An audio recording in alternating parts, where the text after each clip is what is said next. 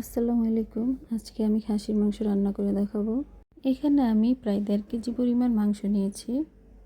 প্রথমে দিয়ে দিলাম পেঁয়াজ কুচি, জিরার গুঁড়ো, মরিচের গুঁড়ো, হলুদ, স্বাদ মতো লবণ,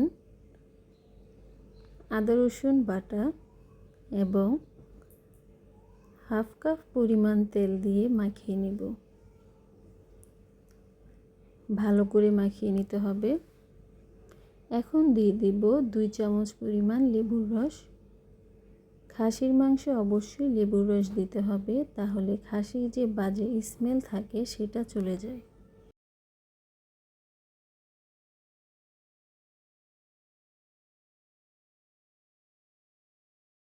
এখন 1 কাপ পরিমাণ তেল ও পেঁয়াজ হালকা ভেজে নিয়ে এতে দিব দারচিনি, এলাচ ও তেজপাতা।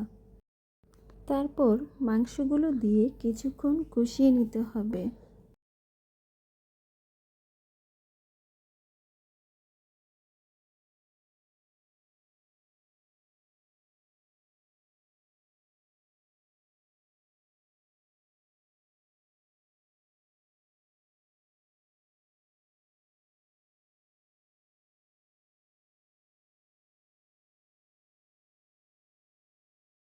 প্রায় 10 থেকে 15 মিনিট কষিয়ে নেওয়ার পর আবার সামান্য পেঁয়াজ, টমেটো সস ও কাঁচামরিচ দিয়ে দিলাম।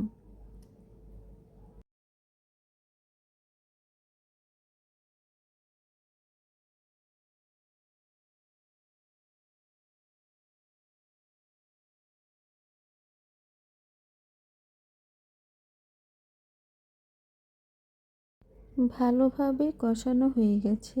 এখন পরিমাণ মতো গরম পানি দিয়ে দিতে হবে।